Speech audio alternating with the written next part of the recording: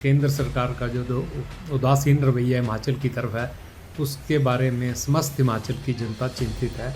अभी तक हिमाचल प्रदेश को केंद्र सरकार की ओर से कोई भी सहायता जो है वो नहीं मिली हुई है।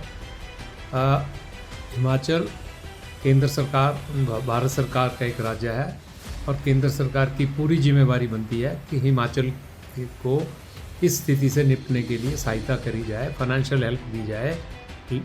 लेकिन लगता है कि पिछले 2 महीने में हिमाचल सरकार को केंद्र से कोई पैसा नहीं मिला है।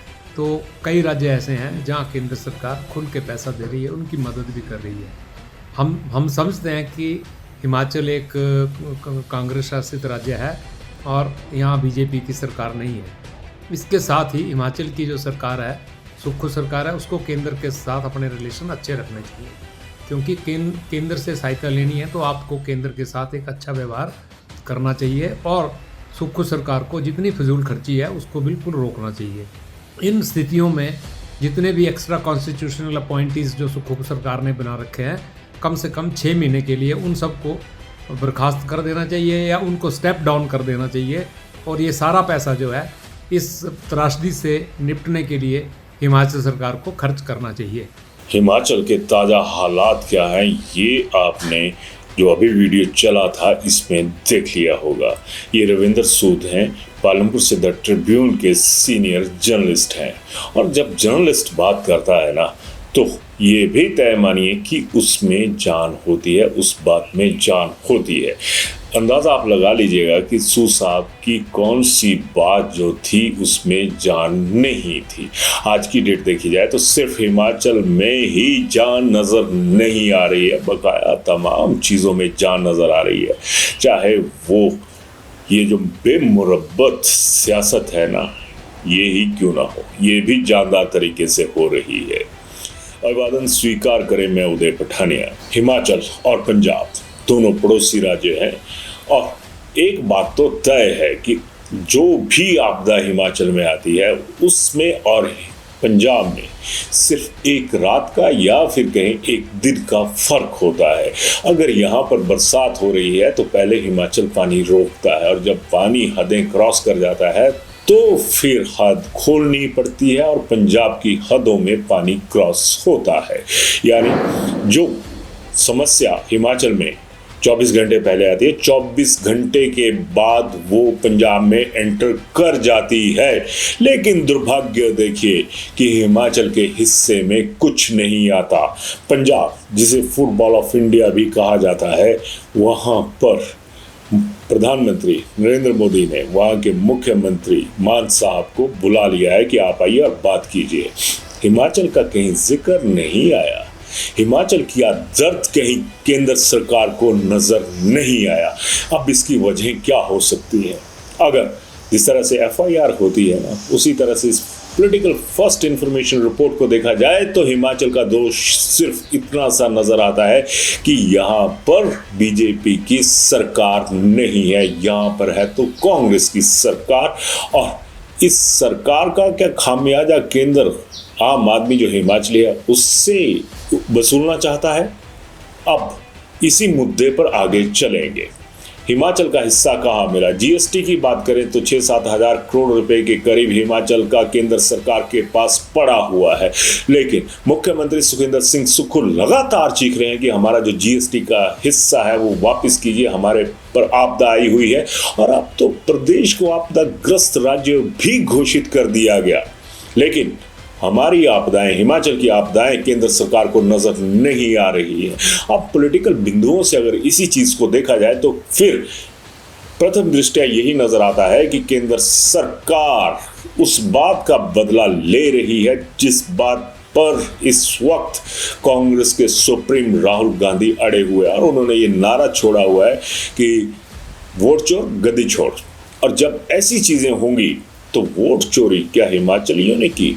अगर ऐसा हुआ है तो अगर राहुल बाबा के जो आरोप हैं ना वो सत्य हैं तो क्या हिमाचलियों ने वोट चोरी की? और अगर ये झूठ है तो फिर हिमाचलियों को किस बात की सजा मिल रही है? पॉलिटिकल एक्सपर्ट्स तो ये भी मानते हैं कि हिमाचल को अगर पीसा जा रहा है तो सिर्फ इसी नारे की वजह से पीसा जा रहा है जो आज पूरे देश में गूंज रहा है। अब इन तमाम चीज़ों को भी एक तरफ रख दीजिए। फिर बात आ जाती है कि हिमाचल का जो हिस्सा है वो क्यों नहीं दे रहे, हिमाचल को आपदा प्रभावित राज्य क्यों नहीं मान रही केंद्र सरकार। और अगर इसी सियासत के जो तराजू है ना, इसको अगर देखें तो यहाँ पर जो अन्याय है वो बीजेपी भी कम करती हुई नजर नहीं आ रही।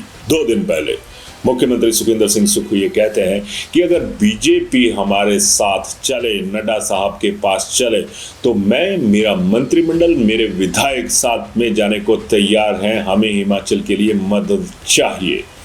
अब और कितनी सियासत होगी इस मुद्दे के ऊपर। अब क्यों बीजेपी चुप है, क्यों नहीं निकलते हिमाचल को राहत दिलवाने के लिए। जब ऐसी चीजें होंगी, जब ऐसा बर्ताव होगा, तो फिर हिमाचल का क्या होगा ये आप लोग खुद तय कर लीजिए।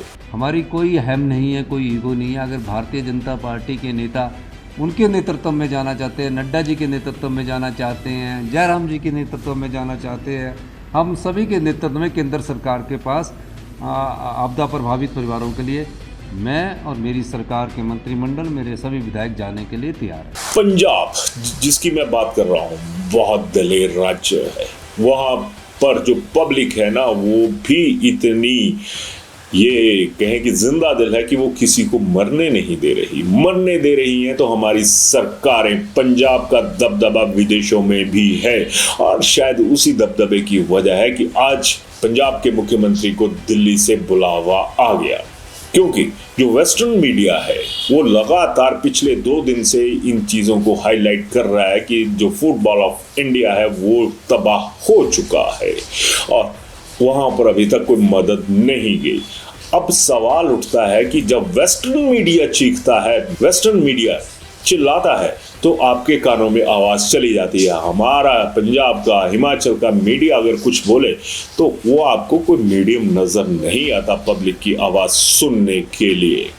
अब हिमाचल भाजपा से भी मेरा सवाल है कि सियासत बंद कीजिए। सुखविंदर सिंह सुक्खू ने अगर ये कहा है कि हमारे साथ चलिए तो जाइए इनके साथ, और अगर वही बात आ जाती है, अगर ये लोग नहीं जाते हैं तो फिर ये कांग्रेस सरकार का फर्ज बन जाता है कि आप जाइए, केंद्र के पास बैठिए, जो अपनी अफसरों की फौज है ना उसको भी वहां पे लगाइए ताकि वो जो सेंट्रल एडमिनिस्ट्रेशन में ऑफिसर्स हैं उनके साथ बात कर सकें। लेकिन यहां पर हो क्या रहा है, सरकार को कहें तो उसके हाथ खड़े, अफसरशाही ने तो हाथ खड़े करवाने का रिवाज सालों से पाला हुआ है। और अगर किसे कहे ना कि हैंड्स अप होने की पोजीशन है, हाथ खड़े होने की पोजीशन है, तो आम आदमी की है।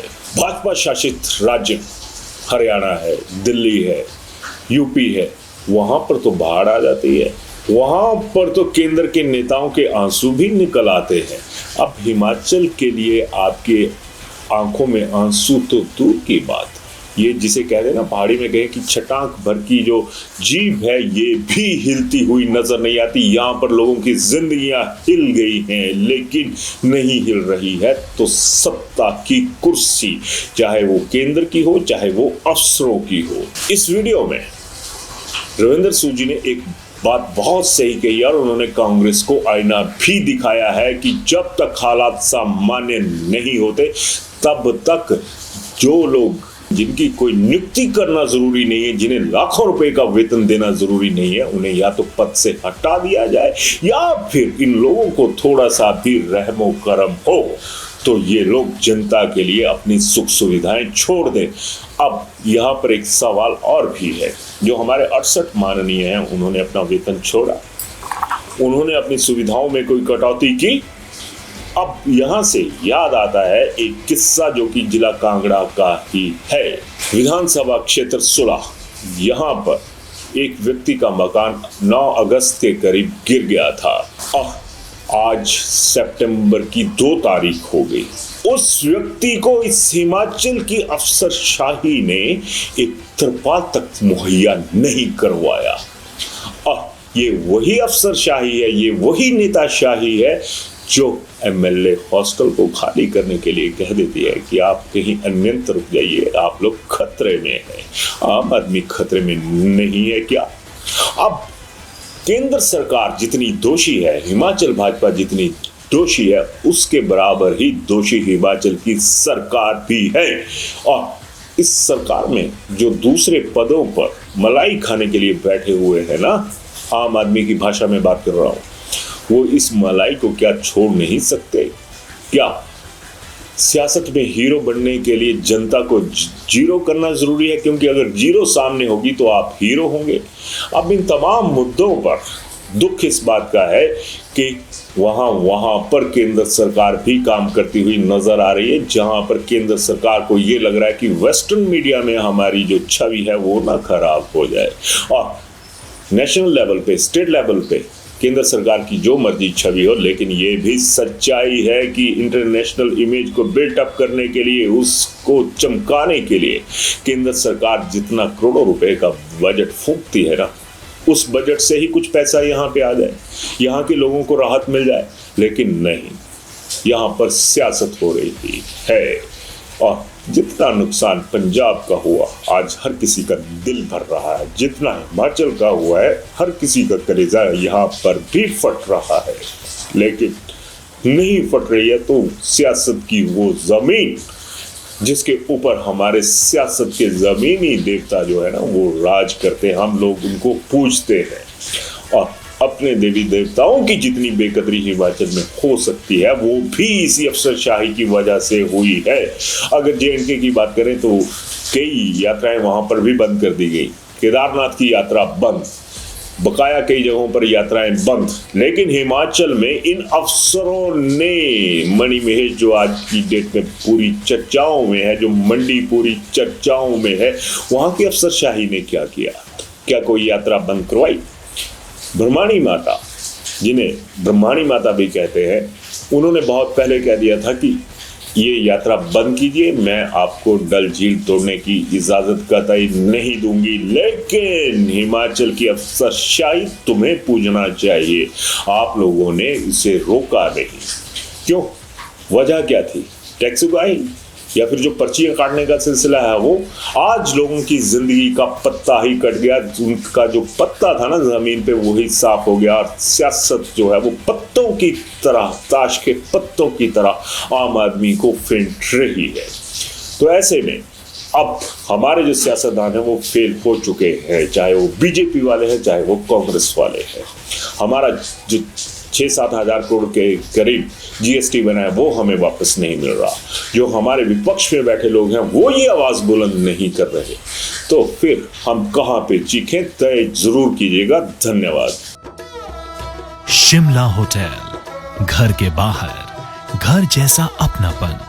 अपने वेकेशंस को सुनहरी यादों में पिरोएं शिमला होटल के साथ। राजसी वैभव और राजस्थानी आव भगत जो देगी आपको एक रॉयल फील। हिमाचल वासियों के लिए जयपुर में ठहरने का अपना hotel Shimla hotel. Heritage above 1, हवा महल रोड, चांदी की टकसाल, जयपुर।